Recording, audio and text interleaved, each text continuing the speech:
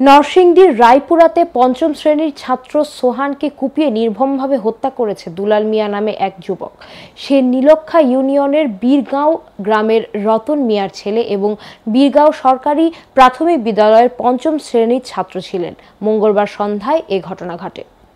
এলাকাবাসী জানায়, ঘটনার দিন সন্ধ্যায় সোহান মিয়া পাশের গ্রামে তার নানার বাড়ি থেকে নিজ বাড়িতে যাওয়ার পথে একই গ্রামের ছেলে দুলাল তাকে দা দিয়ে নির্মমভাবে কুপিয়ে মারাত্মকভাবে আহত করে।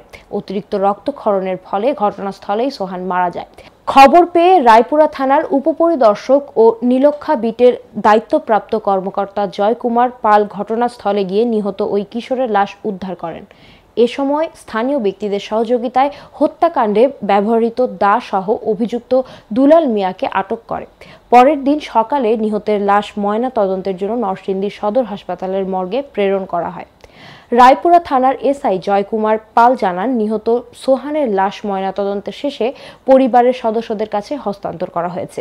এ ব্যাপারে নিহতের পিতা রতন মিয়া বাদী হয়ে দুলাল মিয়াকে আসামি করে রায়পুরার থানায় একটি হত্যা মামলা দায়ের করেছেন।